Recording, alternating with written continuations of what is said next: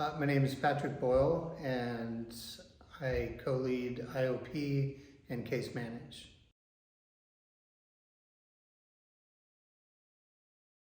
What kept me from going to treatment is I was just kind of wrapped up in escaping myself and running from myself.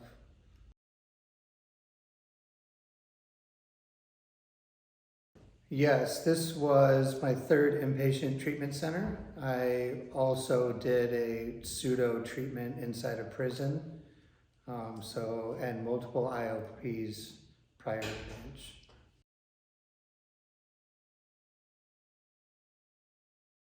So the ranch brought the humanity back to my life from my first day. I felt like a human rather than a drug addict or alcoholic that was being chastised for that.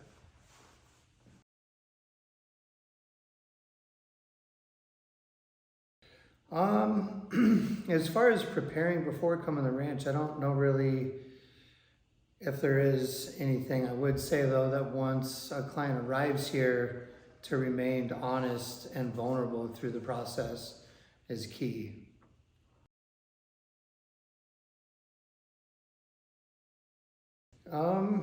As the youngest of 8 boys in an Irish family, strength and surrender never collided in the same sentence, or would probably even be thought of to utter at home. And now, because of my vulnerability at the ranch, I realize and accept and share my strength and surrender.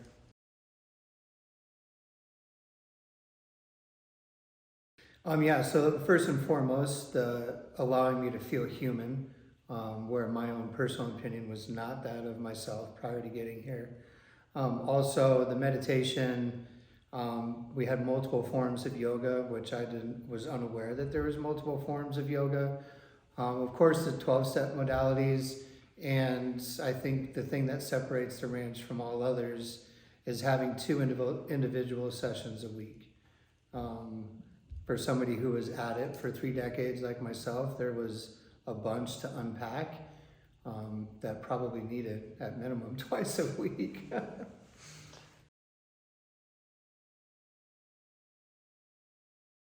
Yeah, finding a willingness to change.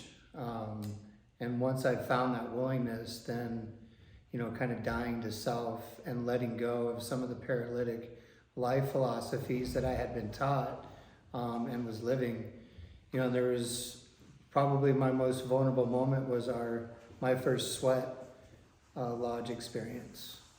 And in there, I cried for the first time by myself or with other people in probably 15 years, and realized that was, men not crying was one of the paralytic life philosophies I before mentioned.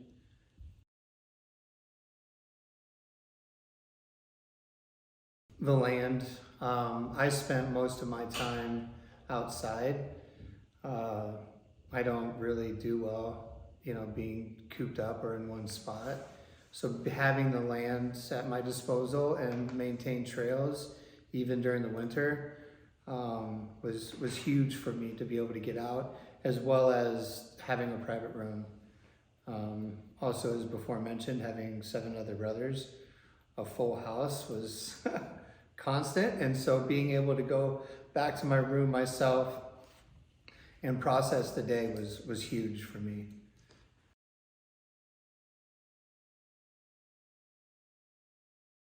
Yeah, I think getting honest, as an active alcoholic and drug addict, we lie just as easily as breathing.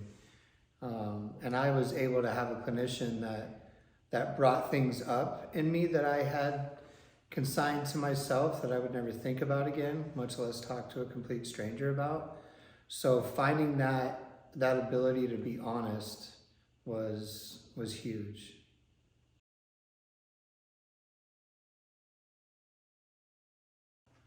So that first came on my heart when I was in county jail in Arkansas waiting to go to diagnostics. I had read a passage, Jonah 2, in the Bible, which is the story of Jonah being inside of the belly of a whale.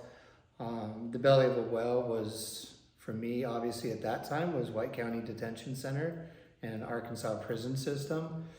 And as I started reading that every morning, I started looking around and talking to folks, and there was kids that were 18, 19, 20 years old talking about a grandfather that was in prison and a father that had just gotten out of prison, an uncle that was in prison, and they knew at some point they would be in prison, that there was folks that were just consigned to the idea of incarceration their entire life. And it got me to thinking about all of the things that I regret in my life that I now refer to as brain stains. And so it's just on my heart to help folks try and navigate their own fears and consequences in their life, and maybe tragedies, in a manner that would not create those same brain stains.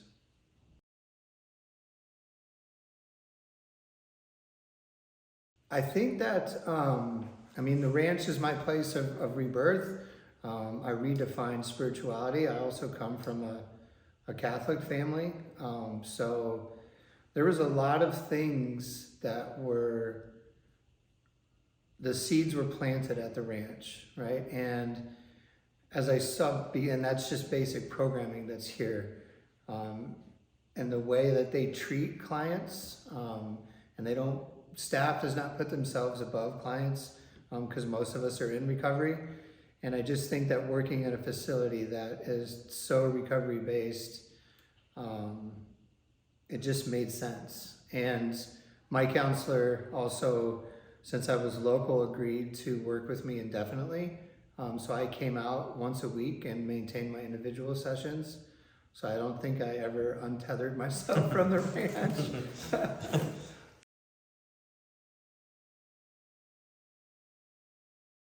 Yeah, excuse me. The honesty and vulnerability piece. There was huge gains in my individual sessions because of that. I also would pick the brains of staff because so many were in recovery. And there's a saying in recovery that's tell on your disease before your disease tells on yourself. So I got a lot of these thoughts out and was able to work through that. And so I try to make myself as available as possible to clients, to all clients, not just the folks that I case manage. It just, once we find that honesty and vulnerability, that has served me well in my relationship with my fiance. Also, we have very safe and reasonable boundaries with one another because of that piece that I picked up at the ranch.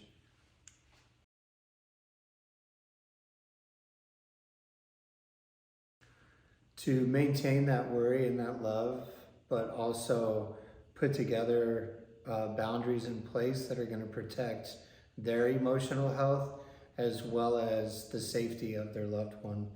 My mom put a hard and fast line in the sand, if you will, that I was not allowed at her house or inside her house when I was actively using. And there was even times that I had not used for 2 or 3 days. And, it's my mom, right? So I showed up at the door and she knew full well what I had been up to. And she immediately shut the door and told me that I was not welcome.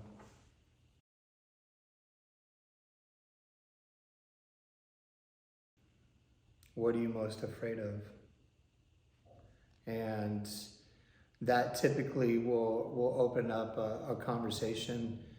And usually what people are most afraid of, the modalities in place at the ranch and the staff that's in place at the ranch, they usually will subside.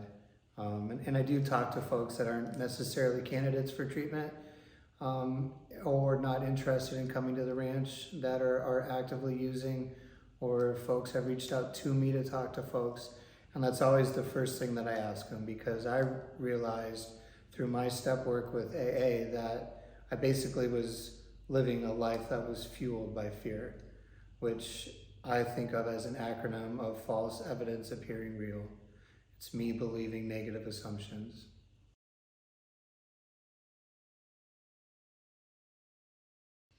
Yeah, I think that if anybody is watching this that's going to be coming to the ranch is beautiful, the food is amazing, the staff is really fun, but do realize that this isn't just an experience, it is actually the beginning of your recovery. It's your foundation, it's your cornerstone there is still things to do once we leave the ranch.